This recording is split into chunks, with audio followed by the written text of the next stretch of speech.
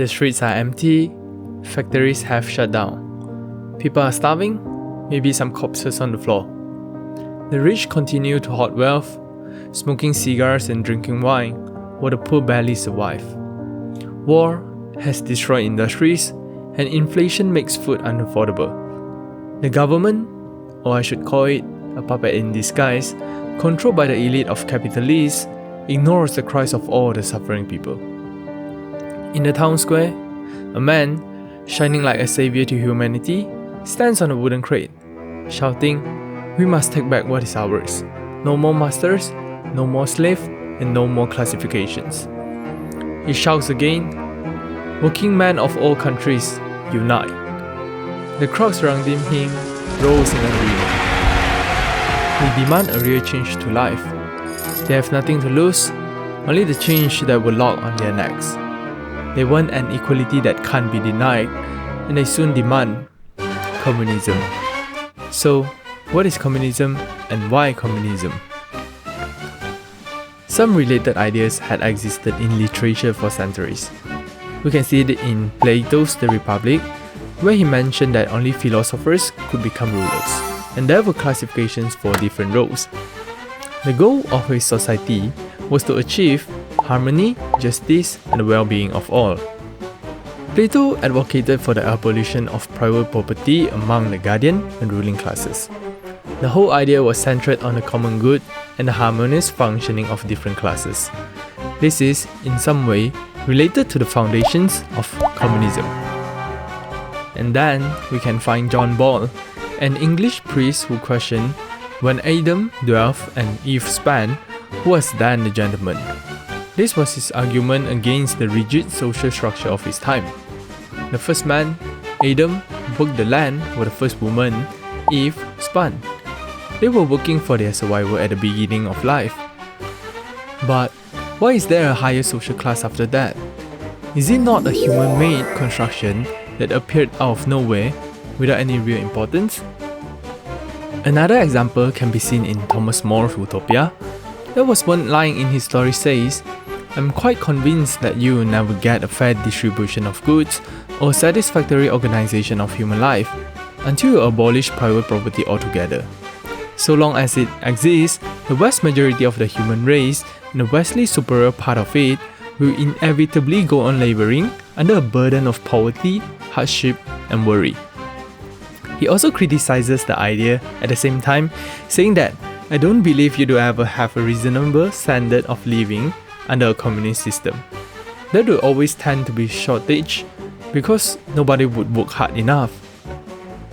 The idea of communism existed long before Karl Marx and Friedrich Engels wrote a proper manifesto for the public to call for action. The Communist Manifesto, written by them, served as the foundation of Marxist communism. Their theory of history plays a huge role in shaping their idea of it. Karl Marx's theory of history, also known as historical materialism, argues that material conditions are the primary drivers of historical change. It means that the way society produces and organizes its material needs is highly related to the evolution of that society. In every society, there will always be a ruling class that owns and controls the means of production, while another class is exploited for their labor, the working class. The struggle between these classes is called class antagonism, which is the major force behind historical changes. They mention that this idea in the book during the year 1848, which was near the end of the First Industrial Revolution. The First Industrial Revolution marked a transition where manual labor and an agrarian economy began to shift into machine-based manufacturing. A significant breakthrough can be seen in the creation of the steam engine in 1765 by James Watt, and the advancement of it in 1781, where he developed a fully functioning model. Back to where we left, this book was written as a call to action, so the texts are easy to read as it was meant to be read by the public. In the book, they define their era's ruling class and working class, which they call the capitalists, the bourgeoisie, and the modern wage laborers, the proletariat. The capitalists own the means of social production, and were the employers of wage labor, while the modern wage laborers were reduced to selling their labor power since they had no means of production of their own. We can trace back a bit and see how everything is a cycle as defined by Karl Marx. Not long ago, when the feudal system was still the dominant ideology, the oppressed people were the capitalists we see today. It was a hierarchical social and economic structure that dominated medieval Europe, from the 9th centuries to the 15th centuries, and other regions such as Japan and China. It was based on land ownership, loyalty, and military service. The system acted as the opposing class to the bourgeoisie at that time, but under the system, the supply of products was not sufficient. Capitalists, who had wealth and power through control of the means of production, rose up and took over the feudal system, leading capitalism to become the dominant ideology. Now, capitalism has become the oppressing class for the working class. The good times didn't last, as the Industrial Revolution eventually exploded in huge growth. The demand for production increased due to the rising needs for goods, and workers suffered from long working hours and the inability to survive in society. The value system toward humanity shifted from honor, loyalty, and sentimental values to pure monetary value. From 1750 to 1850, factory owners, the bourgeoisie, became extremely wealthy, while workers, the proletariat, suffered long hours, low wages, and poor conditions. Karl Marx and Friedrich Engels saw what was happening, the same cycle of antagonism, just with different classes this time. To solve the problem of this endless class antagonism, which always led to death, hunger, and brutality, they believed it was necessary to first remove class conflict altogether. They wrote the Communist Manifesto in 1848 as a response to capitalism's inequalities. Their goal was to call for a proletarian revolution to overthrow the bourgeoisie and create a classless society where workers collectively own the means of production. They describe capitalism as a sorcerer who is no longer able to control its own power. It leads to one inevitable scenario: too much supply, not enough demand, as everyone is producing their own goods. Economic recessions and depressions occur over time. We can see it later in the famous Great Depression of 1929, where factories closed despite people needing goods because they couldn't afford to buy them. Society paradoxically suffers not from scarcity, but from abundance, too many goods, too many factories, and too much supply. The cycle of boom and bust happens, with economies going through four phases: expansion, overproduction, crash, and repeat. The unequal distribution of wealth further leads to instability. There are only three ways for the bourgeoisie, the capitalists, to navigate these crises. First, by destroying excess goods. Second, by conquering new markets. And lastly, by exploiting old markets more aggressively. This pattern is still visible today in the modern world, where factories shut down because they no longer meet market needs, and large companies continue to expand into new markets to create stability through globalization, and old markets are exploited with lower wage and worse working conditions. They listed the 10 steps for communists to do in the book.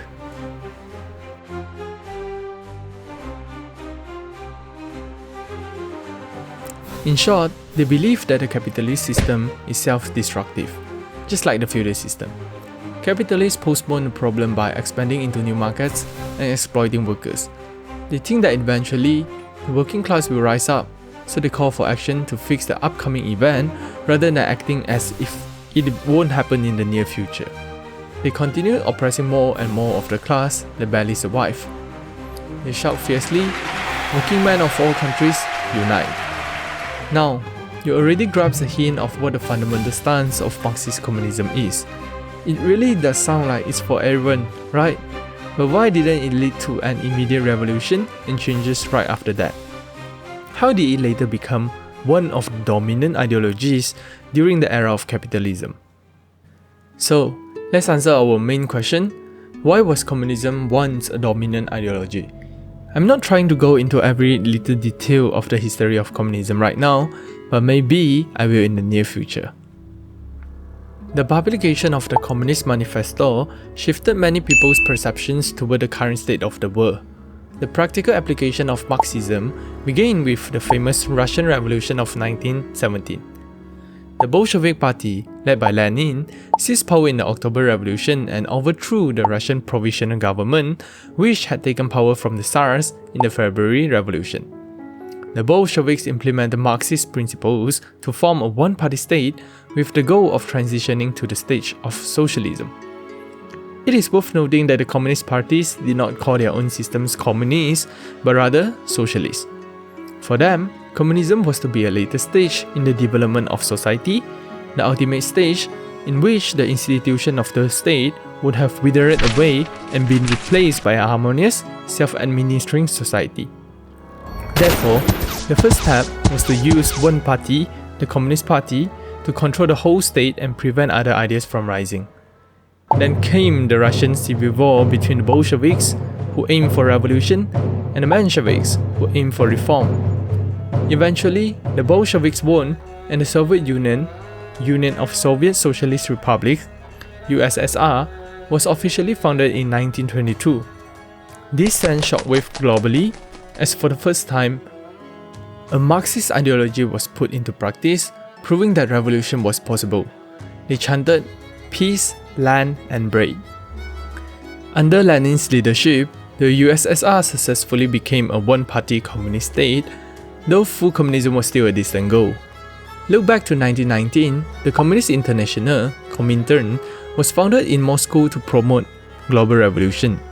This marked the first minor spread of communism, as different places, particularly in Europe, began to embrace the idea. However, most of these early attempts failed, due to government crackdowns, lack of support, and military opposition.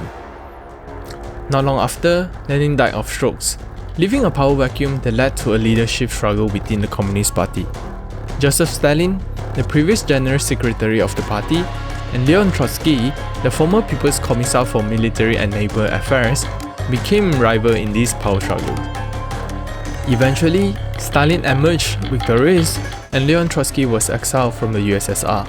He was later assassinated in Mexico. Under Stalin's leadership, things were different. Even though Lenin was already brutal during his time, conducting the war communism policy and causing many deaths, Joseph Stalin was on another level. Mass killings, repression, and economic upheaval became the norm. Policies like collectivization, which involved forcing peasants to pool their land and resources into collective farms, and industrialization were implemented. In short, Stalin's industrialization was successful for the country, but brutal for the people. But isn't the well-being of the people the most important factor for a country? Regardless of its brutality, the Soviet Union eventually became a global power and caught up with the Western countries. Although during the 1920s to the 1930s, communism gained a few followers in China, Vietnam, and Spain, it still didn't spread widely until World War II happened. This is where we can see the major spread of communism. From 1945 to the 1950s, the Soviet Red Army occupied Eastern Europe, and Stalin installed pro-Soviet communist regimes in the countries like Poland, East Germany, Hungary, and more. In China, Mao Zedong's Chinese Communist Party won a civil war and founded the People's Republic of China.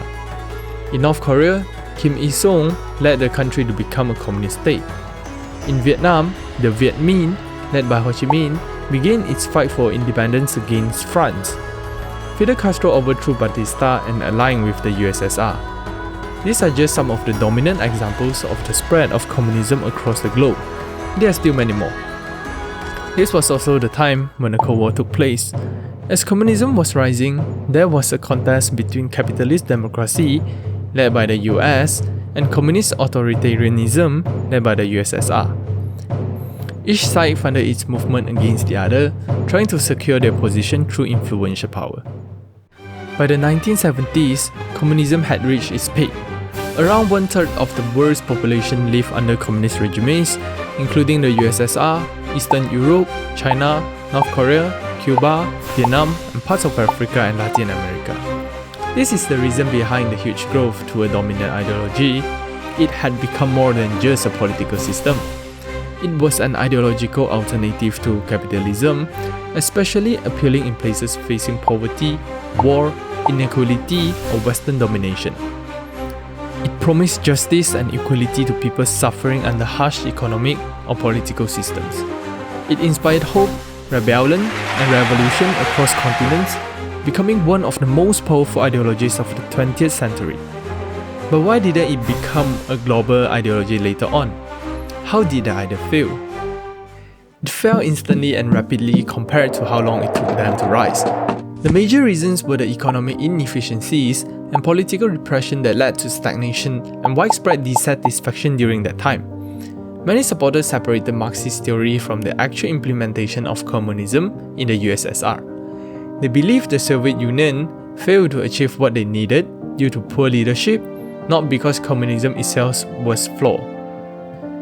After Stalin's death in 1953, Nikita Khrushchev took over the position and started the era of de-Stalinization. He even criticized Stalin's cult of personality and prejudice.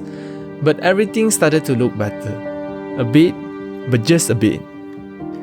Centralized planning still did not meet consumer needs, and this led to poor living conditions for everyone. The nation's economy might have been good, but not for the people. Many communist regimes were authoritarian, suppressing political dissent and freedom of speech. This created widespread resentment, as citizens lived under constant surveillance and fear of persecution. For example, the Czech Velvet Revolution and Polish Solidarity movement were examples of the desire for more political freedom and democratic reforms. Due to the rivalry, the USSR spent massive amounts, leading to a low quality of life for the people. Although Mikhail Gorbachev, the last Soviet leader, attempted reforms like glasnost, openness, and perestroika, restructuring, these were too little and too late. These reforms unintentionally exposed the system's failure.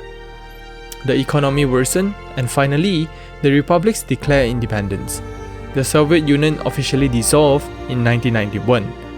The fall of the USSR killed communism's image as a viable global model. What the workers or people wanted was to escape the oppressed class, but communism allowed everyone to become the oppressed class rather than the liberated one. It could neither feed the people nor free the people, and this marked the instant fall of communism.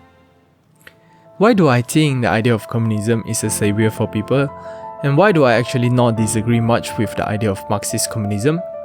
We are not talking about practicality, since the route map toward full communism is very blurry, and from a long-distance view, there are several problems under the system.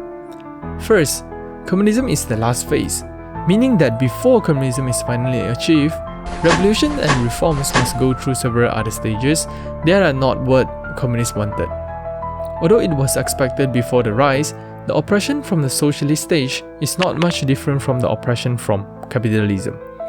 Why should I risk my whole life, my whole possible consciousness, for something after my death? For my son, for my daughter, it only makes sense when it serves me. So the first problem here is there really a fundamental drive for me to join communism where I can't immediately solve my current problems and I need to wait for the central committee to make the nation stronger? The second problem is, how can I know if the temporary dictatorship is not perpetual? Before communism finally achieves its utopia, there must be a centralized government or powerful elite leaders to create a system where, in the future, there is no oppression, while at the same time, the nation will be stronger and stronger with no classes in society, since it becomes a common ground for everyone. How can I know that all those leaders will not seize power until the day I die?